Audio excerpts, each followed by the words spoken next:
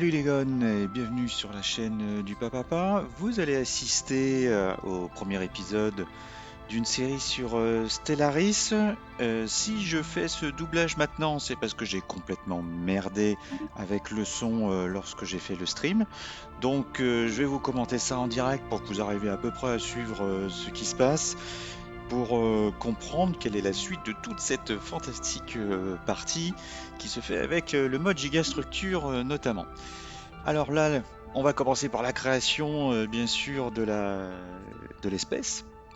C'est ce qui va être le plus simple à faire. On part sur un nouvel empire qu'on crée à partir de rien. Bonne question, qu'est-ce qu'on prend au début? Qu'est-ce que je vais prendre?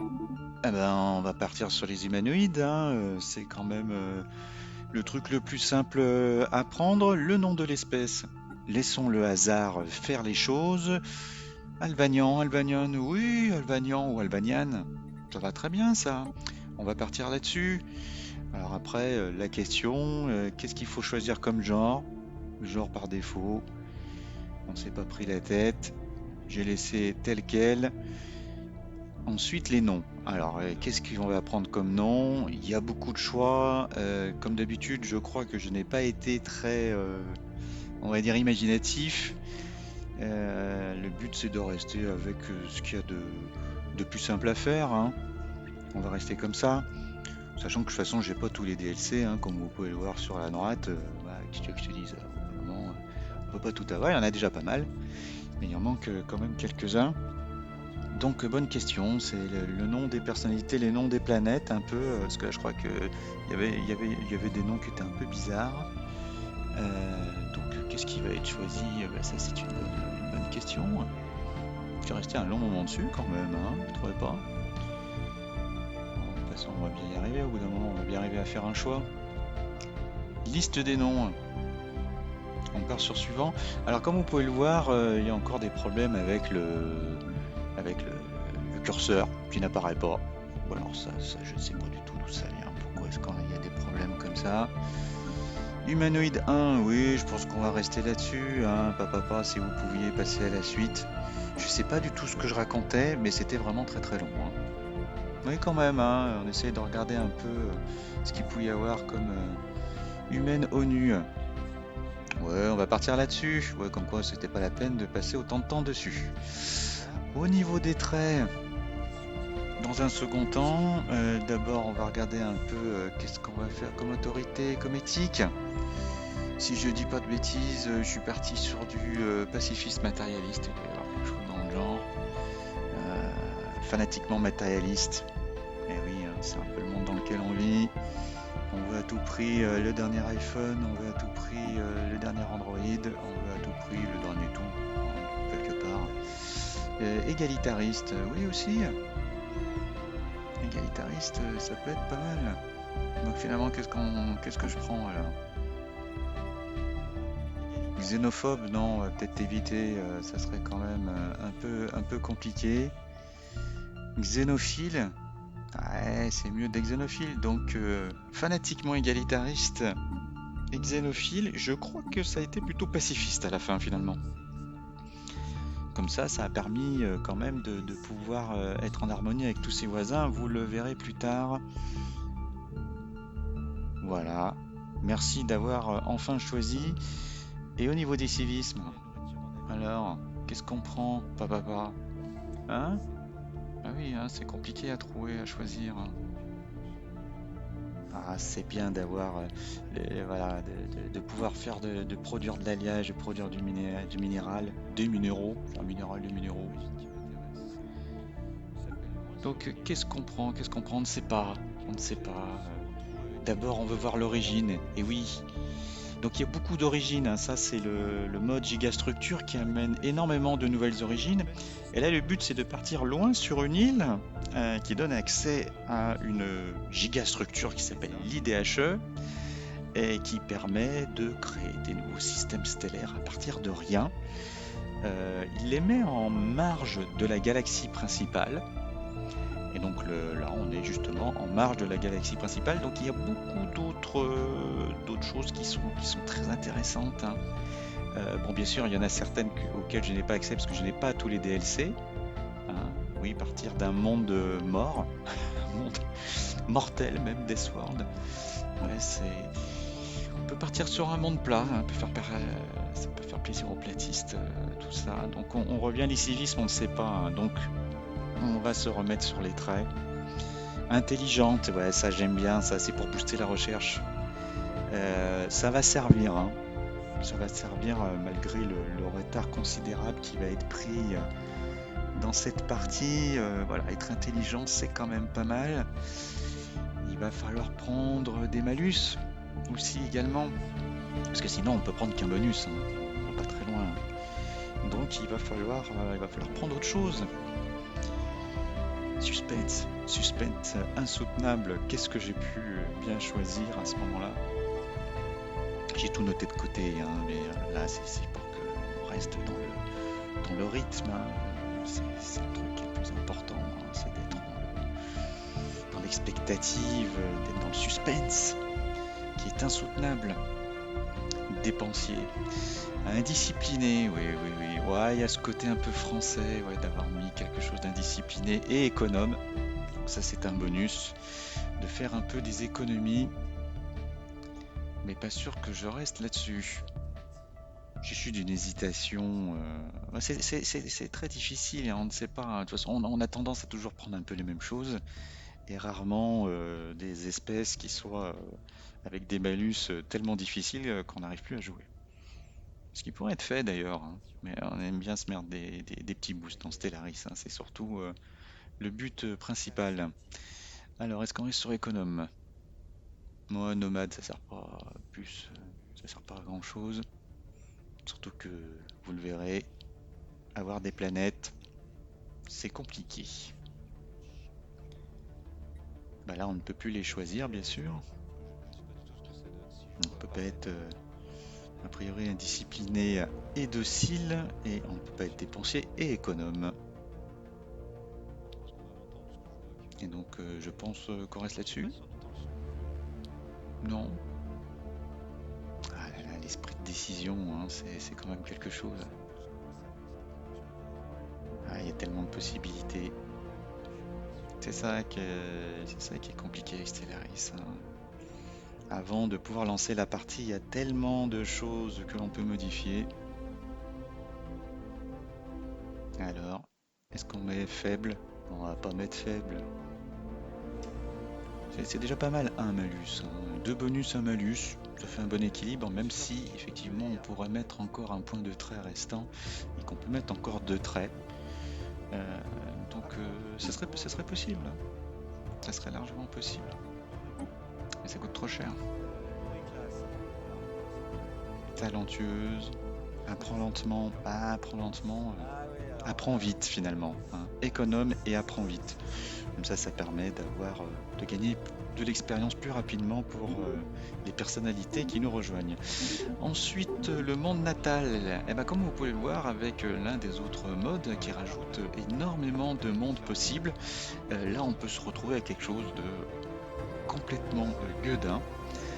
On va choisir Sildonia, avec l'onde de l'étoile Scylla. Et au niveau d'un monde, je sais plus si c'est un monde continental. Mais là, ça fait vraiment des choix. Ça change pas grand-chose, mais ça nous dit sur quel type de monde on s'adapte le plus, en sachant qu'on a des pourcentages plus ou moins en fonction des mondes qui sont proches, hein. Tant que c'est un monde humide, là, il y a le monde rétinal. Voilà. Qu'est-ce que c'est que le monde rétinal? Monde rocheux avec une atmosphère, oui, j'ai pas le temps de lire. Et bon, je pense que vous aurez le temps de lire, hein, au fur et à mesure là-dessus. Monde rocheux humide pour un monde de cénotes. Voilà, mais il y avait tellement de choix possibles qu'au bout d'un moment, il faut en faire un. Et je pense qu'on va rester sur le monde continental. C'est quand même le plus simple. Et vous verrez qu'on trouvera plein de mondes différents pendant cette partie. On va laisser sur l'apparence normale. L'origine, c'est fait, elle est choisie. Au niveau de l'éthique, c'est choisi. Donc, nous sommes une démocratie morale. La moralité, c'est très important. Deux choix de civisme à faire. Je crois qu'on va aller encore dans tout ce qui est minéraux, hein. Il va y avoir un coup de maître artisan, il me semble, si je dis pas de bêtises. c'est quand même pas mal du tout. Ça rajoute pas mal de bonus. Méritocratie, ouais, la méritocratie c'est intéressant, mais c'est pas vraiment quelque chose qui existe dans nos sociétés, il faut se faire une raison. Ouais, il y en a qui vont me dire le contraire. Moi j'y crois pas trop. Alors, maître artisan, bah oui, les maîtres artisans ont été choisis. Et oui, ça permet d'avoir plein de biens de consommation, et on en bouffe du bien de consommation, même en étant économe. Et ensuite, le deuxième civisme à choisir, sachant qu'on peut avoir de nouveaux civismes au fur et à mesure de l'avancée de la partie. Allez, papa, là, il faut se décider au bout d'un moment. Les guildes, paradis agraire pour faire de la nourriture. La nourriture a posé problème à certains moments de la partie, mais finalement, on verra, ça se passe plutôt bien. Pas d'inquiétude à avoir là-dessus. Do not be afraid to exercise your individual right to free ça c'est un thought. petit plus. Please take a moment now to practice. Et ben paradis agraire. Finalement.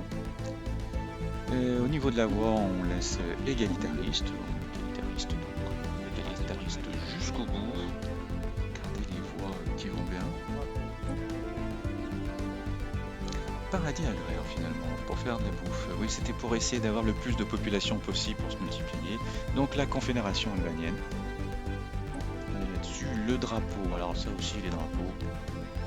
Malheureux que nous sommes. Le nombre de choix est tellement incroyable qu'on se dit, bon finalement on va garder ce qui a été fait. Voilà. L'apparence des plantes avec un petit violet du plus bel effet. Alors bien sûr il y a beaucoup de choix, mais il faut dire ce qui est, la tentation d'utiliser le vaisseau humanoïde, donc ça c'est grâce à un DLC qu'on peut avoir ce type là. Donc voilà, on part là-dessus, on est pas mal. On va prendre une première ministre, parce qu'écoute, égalitariste avant tout, donc on a l'égalité parfaite entre hommes et femmes. Après vous verrez ça se combat beaucoup entre hommes et femmes quand même tout au long de la partie sur le poste de Premier ministre. Et donc voilà une nouvelle espèce qui a été créée. Maintenant il va falloir choisir la galaxie. 1000 étoiles c'est un peu beaucoup papa. Moi je serais vous, je mettrais un peu moins, voilà. 600 c'est bien. C'est bien parce que 1000 ça fait grand, sachant que là le but c'est de créer ses propres étoiles. On va pas quand même se prendre la tête. Donc 600 étoiles, mais alors combien d'empires? Après le reste on va tout laisser tel quel. Les différentes... Non, après ce qui compte c'est le nombre d'empires IA.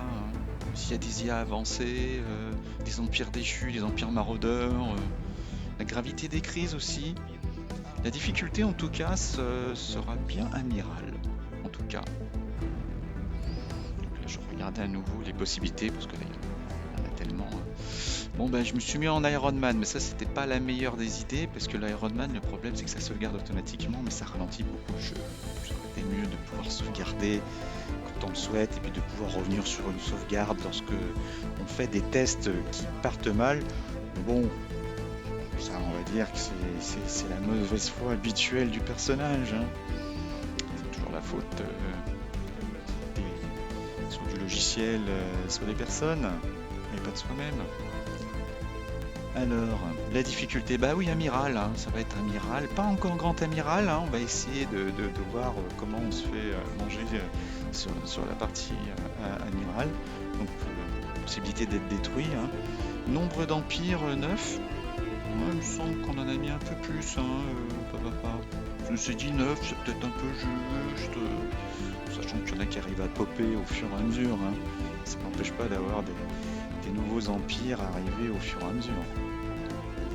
Alors, qu'est-ce qu'on fait? Le mode Iron Man. Et oui, mais ça c'était une mauvaise idée de laisser le mode Iron Man. Eh oui, ça ne sert à rien le mode Iron Man. C'est parce que c'est pour avoir des succès, mais de toute façon, vu qu'on utilise des modes, il n'y a pas de succès. Alors, date de milieu de partie, un peu plus loin. Moi, il me semble que je vais pas laisser en mode normal. Si j'ai repoussé un peu avec une fin de partie. Ouais, 2300, 2400, 2500. Ça va bien, quoi.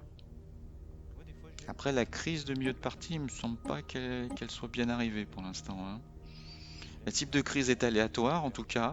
On verra bien ce que ça donne. Ce que je voulais essayer la contingence la dernière fois, mais je suis pas allé jusqu'au bout de la partie. Et donc au niveau des empires, allez, 12 empires, on est bien. Donc voilà, c'est parti, on va pouvoir jouer. Ouais, vas-y, c'est lancé. Et on lance cette nouvelle partie. Alors vous pouvez voir qu'avec ces modes, on se retrouve avec des nouveaux fonds qui sont quand même pas mal. Ça, je ne sais plus ce que c'est comme gigastructure, je ne sais plus si c'est pas une matryoshka. On verra bien. Bon, en tout cas, vous voyez qu'en bas à gauche est affichée la webcam. J'ai pas de webcam, hein, donc ça sert pas à grand chose, mais c'est pas grave. Et voici la Confédération albanienne, qui est toute belle, avec sa première ministre Nicoletta Antonelli. Je vous laisse lire parce que là, j'avoue que en revoyant la vidéo, c'est vraiment encrypté. Ou alors, je commence vraiment à avoir des problèmes avec les yeux. Mais non, en tout cas, on a bien et bien découvert des hyperroutes. Donc, vous allez voir que, en parlant d'hyperroute, on est quand même sur un truc qui permet pas d'aller très très loin, hein. Voilà. Donc, je pense que j'ai perdu un peu de temps en train de lire cette fameuse pancarte qui est pas spécifique, je crois, à l'origine, hein. Voilà. Non, non, je crois pas, hein. Je crois pas. Ça ne me dit rien. J'essaye de regarder, mais non, je ne pense pas. Oui, donc on va pouvoir commencer cette nouvelle partie. Est-ce qu'on commence? Bien sûr qu'on commence, papa. Faut peut-être t'enlever, hein. Surtout que lorsqu'on commence, il va falloir que l'on règle les différentes options des modes, puisque bah, il va falloir faire un peu de configuration. Donc c'est ce qu'on va regarder maintenant. Si j'arrête de traînasser. Bon, ça, il faut dire ce qui est, c'était un peu la découverte de Twitch, hein, du stream et tout ça. Donc c'était un peu la panique, hein. Mais c'est pas très grave, hein. Ça reste bon enfant. Voilà. Surtout que je pense qu'il commençait à y avoir quelques spectateurs qui devaient arriver. Même pas sûr que le chat soit apparent, hein, sur cette version-là. Je ne suis pas sûr, hein. Là, oui, ça a fait un gros flash là. C'est- les aléas de passer d'un écran à l'autre, hein, je suppose. Je devais être en train d'essayer de configurer le logiciel, enfin les options Twitch en même temps, ce qui est quand même pas le plus pratique, hein. Bon, en tout cas, vous pouvez le voir, hein, sur la droite.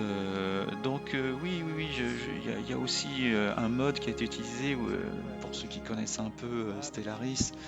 Vous voyez que on ne voit pas les mêmes nombres d'informations, c'était un peu différent.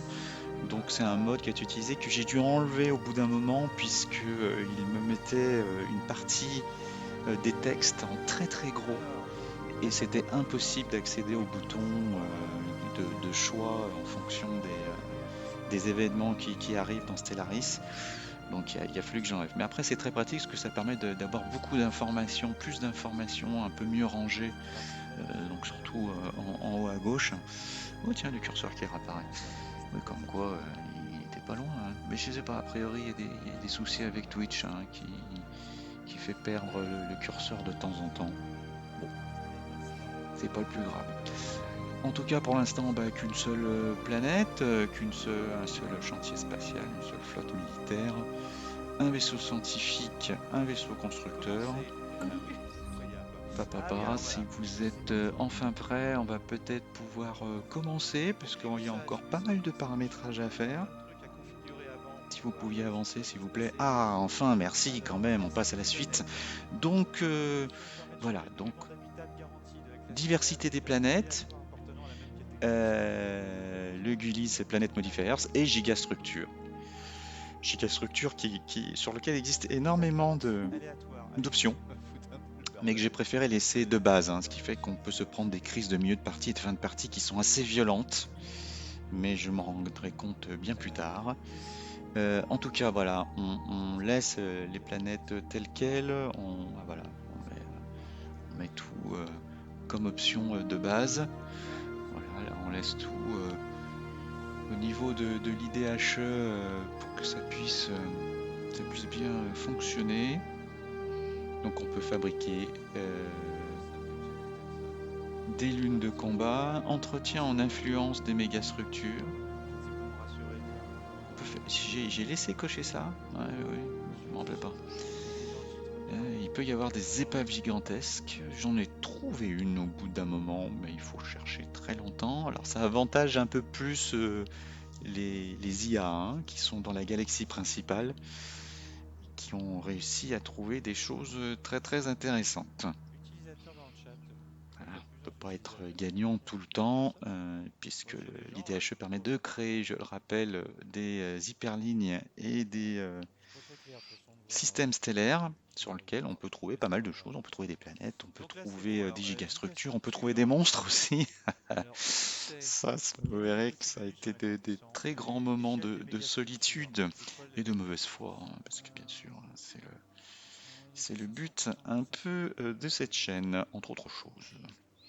Alors, échelle des mégastructures, mais on met tout, hein, oui, oui, hein. Voilà. Non, on met tout, on laisse tout. Oui, a priori, ça crée des nouvelles étoiles. Plus 450%, plus 500% en production. Oui, c'est des étoiles très spécifiques, je n'en ai pas trouvé. Pas encore, en tout cas. Voilà, donc on peut produire pas mal de choses. L'IDHE a été mis en route. Alors, nombre d'IA pour l'IDHE, j'ai peut-être mis que c'était possible pour quelqu'un d'autre.